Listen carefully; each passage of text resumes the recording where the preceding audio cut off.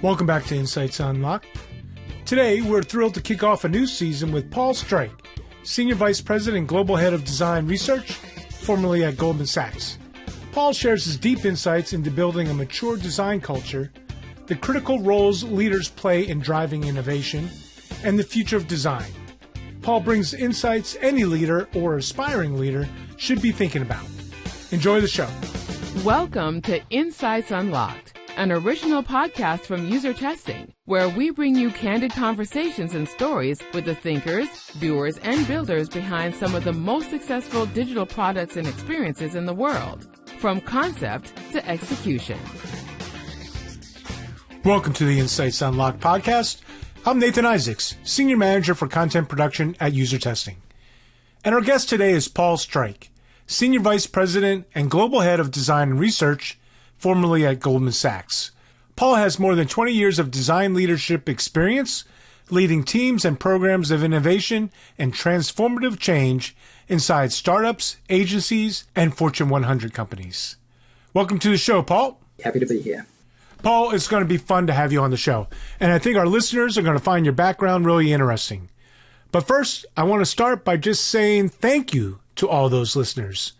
This episode kicks off the new season of Insights Unlocked, and we wanted to just take a moment to say thank you to all of our listeners. We get great feedback from our listening audience, whether at different industry events or on LinkedIn or through email, and I just want to say thank you for your support, your feedback, and your enthusiasm. It's really a big part of what makes this show so much fun to do. So, Paul, I wanted to start by talking about what you recently posted on LinkedIn. You had this great prompt asking folks to finish this sentence. You said, "A company has a mature, progressive design and innovation culture when..." All right, Paul, so how would you finish that sentence? Yeah, absolutely. Yeah, it's a statement that's been going around the networks and the design communities for a while as it relates to what does greatness look like? When you have an organization who's invested and committed, what does that represent and how does it represent? And from my experience, it's when you're able to take a step back and see the forest from the trees, by which you're looking at a diversity of skill set. You're looking at a diversity of experience and expertise that is influencing change at scale. It's when design has the ability to work at two different altitudes. The very business strategic altitude that revolves around all the data, the research, the goals and the objectives, but then a team's ability to parachute down to the surface level and work very tactile in their application and execution. It's a great way to see how an organization can leverage design and adapt design based on the changing needs of their own business, their customers, but also, the industry at large. Well said. That's a hard challenge to think about how to operate at those two different altitudes.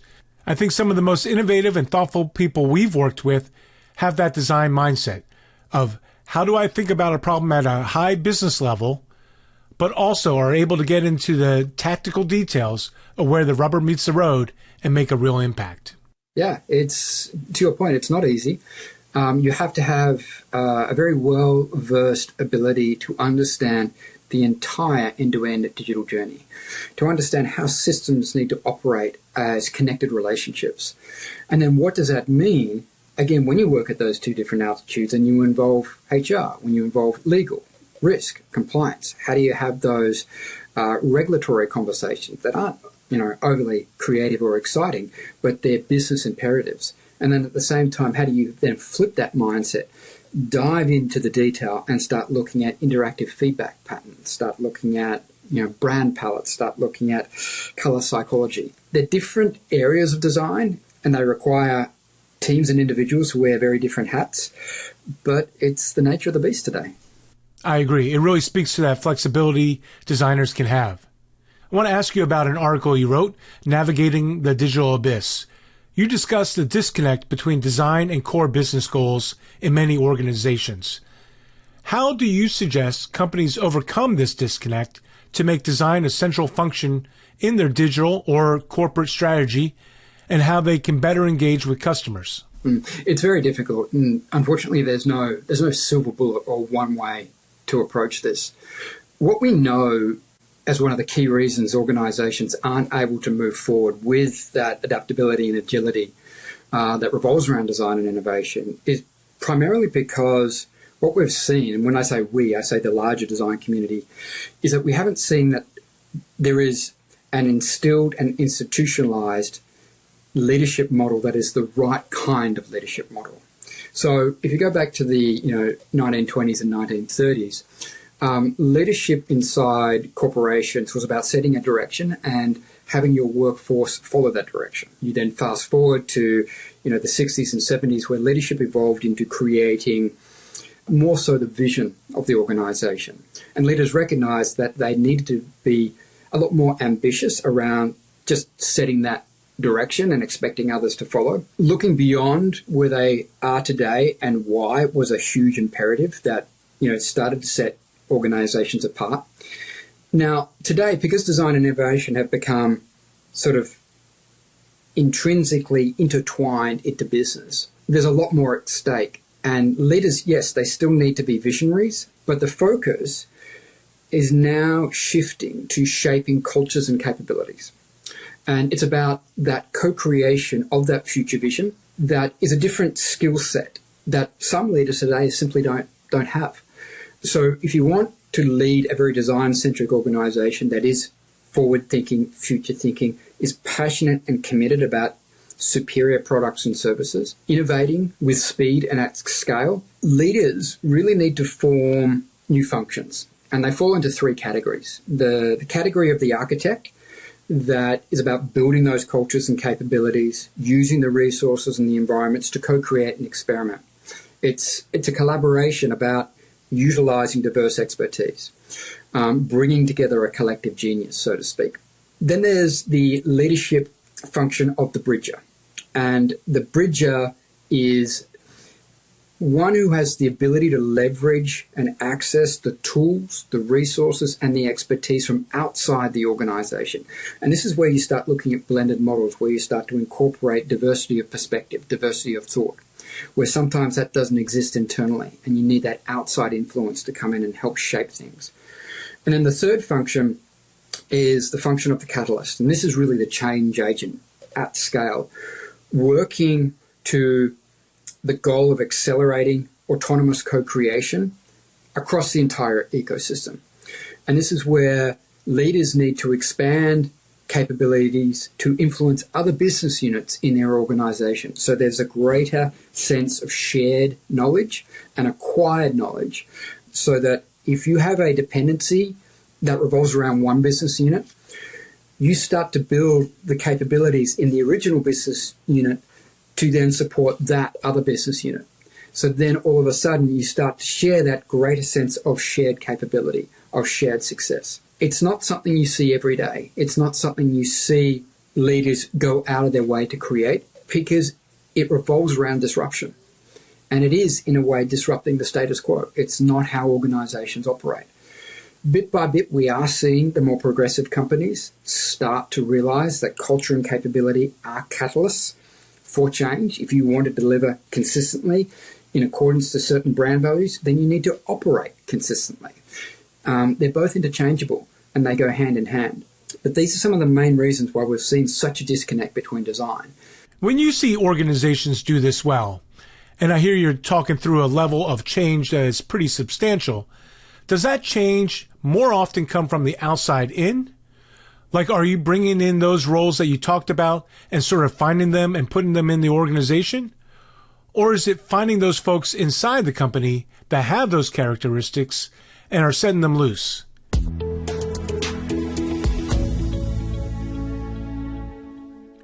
The Human Insights Summit heads to Austin in October, and you can get $100 off your ticket today with our podcast promo code. We can't wait to see you at our annual customer conference, where you'll get a chance to learn from and network with the best minds in research, design, product, and marketing from across the globe. Be among the more than 500 attendees to learn, connect, and have fun in Austin. We'll be there recording live shows and eating barbecue over at Franklin's. The event takes place October 28th through the 30th, and your conference pass includes all in-person sessions, workshops, networking, meals, receptions, and entertainment. What a deal! Register today at usertesting.com/this and use the promo code UNLOCKED to get that $100 off. A link is in the show notes. How do leaders do that? Bring that design mindset, that disruptive mindset, and create that culture? It's a great question. Change at scale, when you see it done well, usually originates internally. That the right leadership is there and they have the idea. They have the idea that is strong enough to permeate across the org, that generates the not only the interest, but the investment and the commitment. They don't necessarily have to have the whole kit and caboodle all worked out. So that's where they might use an external partner to accelerate that idea, to demonstrate its validity, to prove a proof of concept, so to speak, so that the value can be recognized and the return on investment can be justified. One of the key strategies we've seen for successful customer engagement over the years is bringing the customer's perspective to drive change. It's about collecting a point of view on where the industry is heading, where your products need to go, and what challenges your customers are looking to you to solve. This approach helps rally people around a shared vision and moves away from the my opinion versus your opinion dynamic. And you're right, designers are uniquely set up to be that catalyst for change. I want to connect this to another article you wrote on authentic leadership, which I found insightful. To drive this kind of change, especially in a large organization, everyone needs to believe in the mission and trust the leadership. In your article, Why Ghosting is Devastating to Authentic Leadership, you emphasize the importance of integrity and open communication. How can design teams contribute to building a culture of transparency and authenticity within their organizations? I don't know what it is that we are seeing amongst senior leaders right now where the silence that they create is deafening, but it is eroding cultures. And it's creating a lot of angst. It's creating a lot of dysfunction because you don't have the feedback. You don't have the transparency. You don't know where you stand. You don't know how you're positioned. I tell teams that aren't just designers, but engineers, marketers, product, it's about how you show up and the language we use that emphasizes our place and purpose to help those around us. Again, it's about communicating with an ability to demonstrate a leadership characteristic that revolves around positive intent. For example, I'm a big sponsor of Julian Treasure's acronym HAIL, HAIL, which is about the ability to greet or acclaim enthusiastically. Again, how you show up. Honesty is about being clear, being articulate, and being very straightforward. The authenticity piece is my favorite piece, which is about standing in your own truth. Treat others the way you'd like to be treated. Integrity is about being your word, doing what you say to be someone people can trust. And loyalty is about your long-standing commitment to those people. Now, you bundle all that together and you show up with that level of enthusiasm, people will respond. And it does become quite infectious because you're demonstrating a persona that is inviting, it's communicative, it is authentic in a way that invites conversation, debate, critique. Yes, that's a great point. To be authentic and connected to your teams, you have to make the effort to establish channels of connectivity and support a culture that encourages it. And I love that HAIL framework too. So what advice do you give to folks that are trying to build that level of buy-in and collaboration as a design leader? Yeah, I think it's important to remain curious and to remain hungry for knowledge, the connections and the partnerships that matter most to an organization. I would start by making a conscious effort to communicate your self-worth by doing things like, small things like keeping a day diary and documenting your impact, documenting the challenge you faced in one particular example, how you overcame that challenge. Turn your invisible labor into undeniable metrics that you can socialize, that you can talk about. It's not about creating a brag sheet. It's about demonstrating with consistency that mature leadership quality that you were hired to infuse into the organization. So trust your feelings, trust your gut instinct as it relates to how you show up and communicate those things. Be persistent in the face of adversity. Not everything's going to go your way. There might be moments where you don't get that invite to a meeting, you miss out on the promotion, a role you've been eyeing off goes to somebody else. It's in those moments that are crucial for key learnings to take place, so that it's the kind of learning that fuels your growth. Be so good to the organization that you just simply cannot be ignored. And this is about, generating your ability to give back. Again, you were hired into this role based on your experience, all of your personality qualities, your expertise. Show how you can give back to the organization as it relates to sharing that vision, sharing your wisdom, your experience, and how that has accumulated over time. I think that's incredibly important, because what you'll do is you'll create a brand for yourself that revolves around a genuine quality that is, I'm here to help. That's good advice about how you manage up by conveying that value. How do you make sure you yourself are centered in what you're doing? I think you're right. And it's about making sure you have that balance. As a leader, can you share some thoughts in your approach to fostering a culture within a design team of continuous discovery, iteration, and learning, and what makes a great design team continue to be a great design team? Yeah, I believe it's a cultural imperative to embrace continuous discovery.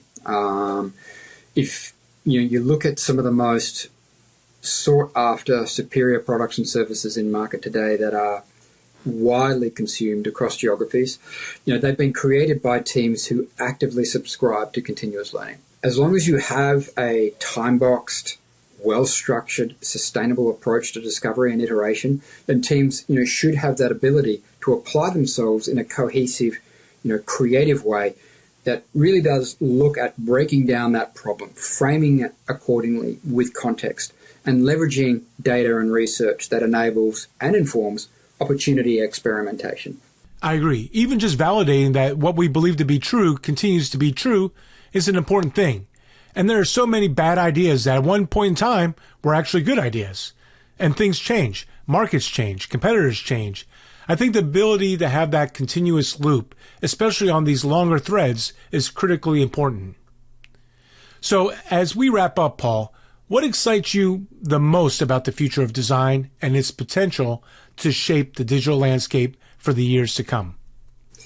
Yeah, wow. Well, I think, the topic that's on everybody's lips right now is the emergence of AI. I mean, that is the agenda item that is filling conference rooms, industry meetups, dinners alike. I think for the future, the designing of products that become services, integrated services, are only going to become more connected and more influential in our day-to-day lives. How, I think, is going to fall into three categories in terms of areas of influence. I think by default, we are going to see the technological advancement of connected experiences really start to permeate across industry and consumer audiences. We are also going to see societal shifts happen as well as we see products and services fulfill a greater good. And then we're going to see environmental considerations. The phase and the situation we are in right now is very much experimental. We're playing around with all these tools, with all these platforms that are doing things that we couldn't even imagine. How do we start to monetize these things? How do we start to commercialize these things in a way that adheres to a connected ecosystem of relationships and experiences that starts to really bridge that gap and break down, the silos and the fractures, we are seeing across device and platform. Where I think the new battleground is going to be as it relates to design is in the workplace, is the employee experience.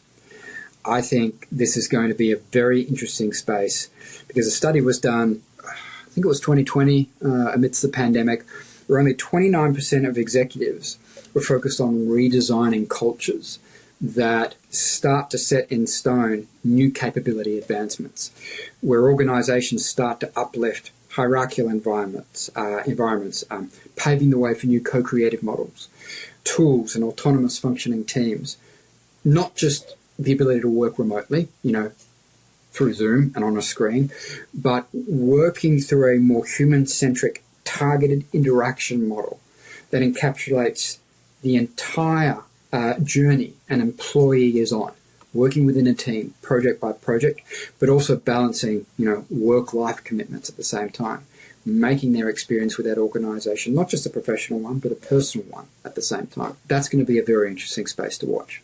I agree. That sounds amazingly exciting. And I think design will be right in the middle of all of that. Paul, thank you so much for being on the show. If folks want to learn more about you and your thought leadership, where should they go? Yeah, LinkedIn is probably the best.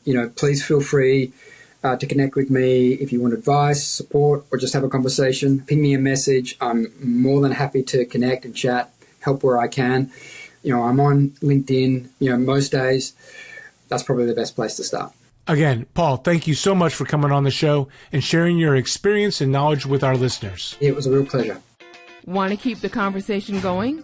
You can find the show notes at usertesting.com/podcast. If you haven't already, don't forget to follow us on Apple Podcasts, Spotify, Overcast, or Google Play so you never miss an episode. And if you enjoyed today's show, please share it with a friend or leave us a rating and review on Apple Podcasts. And until next time, this is Insights Unlocked, an original podcast from UserTesting.